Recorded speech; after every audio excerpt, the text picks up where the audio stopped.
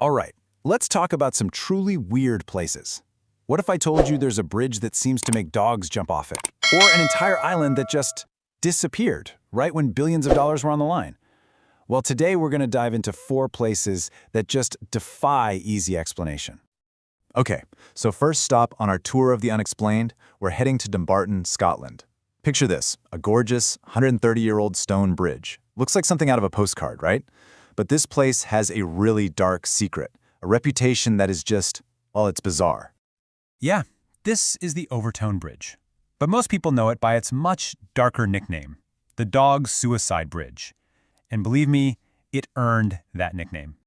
Get this, since the 1950s, we're talking over 600 dogs have, for no apparent reason, just leaped right off the side of this bridge, many of them falling to their deaths. And the weirdest part? It's just dogs. No cats, no other animals, nothing else seems to be affected.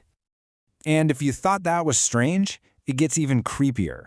People who've seen this happen say that some of the dogs that actually survived the 50-foot drop, they'll limp right back up to the top and try to jump a second time.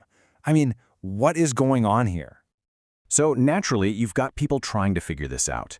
And the theories basically fall into 2 camps. You have the supernatural explanations, and then you have the scientific ones. Okay, let's start with the spooky stuff. Some locals will tell you this bridge is what's known as a thin place, an old Celtic idea for a spot where the line between our world and the next is, well, thin. Then there's the ghost story, of course, the White Lady of Overtune, a grieving widow said to haunt the bridge. And some even point to a terrible family tragedy that happened there in 1994, saying it left some kind of negative energy behind. All right, but what about a more down-to-earth explanation? An animal behaviorist came up with a pretty interesting theory. He thinks it's all about scent. Apparently, there's a lot of mink in the ravine below, and their smell is really potent to dogs. The idea is, the dogs get so focused on that smell, and because the bridge has these big solid walls, it kind of creates tunnel vision. They just don't see the massive drop on the other side. But, that doesn't explain everything. I mean, if it's just mink, why is this happening at this one bridge? There are minks all over Scotland, right? So in the end, nobody knows for sure. The Overtune Bridge is still a total and, honestly, a really sad mystery. Okay, so we've talked about a place that has a mysterious something. Now let's go to a place that's missing something. We're heading to the Gulf of Mexico to look for an island that was on the maps for hundreds of years, until one day it just wasn't. So look at this. The story of Bermeja Island is just wild. It shows up on maps for the first time way back in 1539. For the next 450 years, everyone just accepts it's there. But then, in 1997, things get interesting. The US and Mexico are trying to figure out who owns a massive underwater oil field, and this little island is suddenly the key to Mexico's claim. So they go to look for it, and poof, it's gone. So, where did it go? Theory 1. It was never there to begin with. Just a mistake a mapmaker made centuries ago that everyone kept copying. Plausible. Theory 2. Nature did it. Maybe a storm or erosion just wiped it off the map. Also plausible.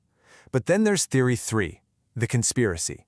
The idea is that the island was there, and that someone intentionally destroyed it to make sure Mexico couldn't claim all that oil. And what makes that one stick is that a key Mexican senator who was pushing hard to find the island died in a very suspicious car crash. Okay, from a missing island to something that's very, very present. We're talking about a massive, concrete structure that looks like it was just dropped right into the middle of the Brazilian jungle. You look at this thing and you'd think it's some ancient ruin, right? Part of a lost city. But nope, this is the Viaduct Petrobras, and it's not old at all. Its story is actually about something very modern. Big dreams hitting a brick wall of financial reality. So here's what happened. Back in the 60s, there was this huge plan to build a major highway, the BR-101. This viaduct was a key part of it. They spent years building it. And then, just as they were getting close to finishing this section, Brazil's economy completely tanked. The money just dried up. So what did they do? They rerouted the highway, and this giant piece of concrete was just abandoned, left for the jungle to reclaim. All right, for our last story, we're going somewhere that literally disappeared and then came back. A place that was drowned for a generation, only to reemerge as this ghostly reminder of what it once was. This is the story of Vila Epiquén. In its heyday, it was this bustling resort town. built on the edge of a salt lake that people believed had healing powers.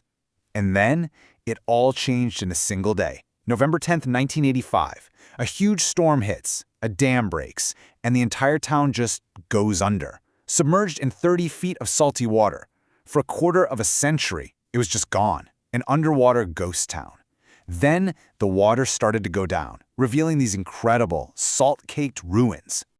So when the town finally resurfaced in 2009, out of the 1,500 people who used to live there, how many do you think came back? Just one, a man named Pablo Novak. For more than 10 years, Pablo was the town's only resident, its keeper of memories. He lived all by himself in the middle of these beautiful, haunting ruins. He became the living story of this lost place. He just passed away in early 2024 at 93 years old, and now the town is empty once again.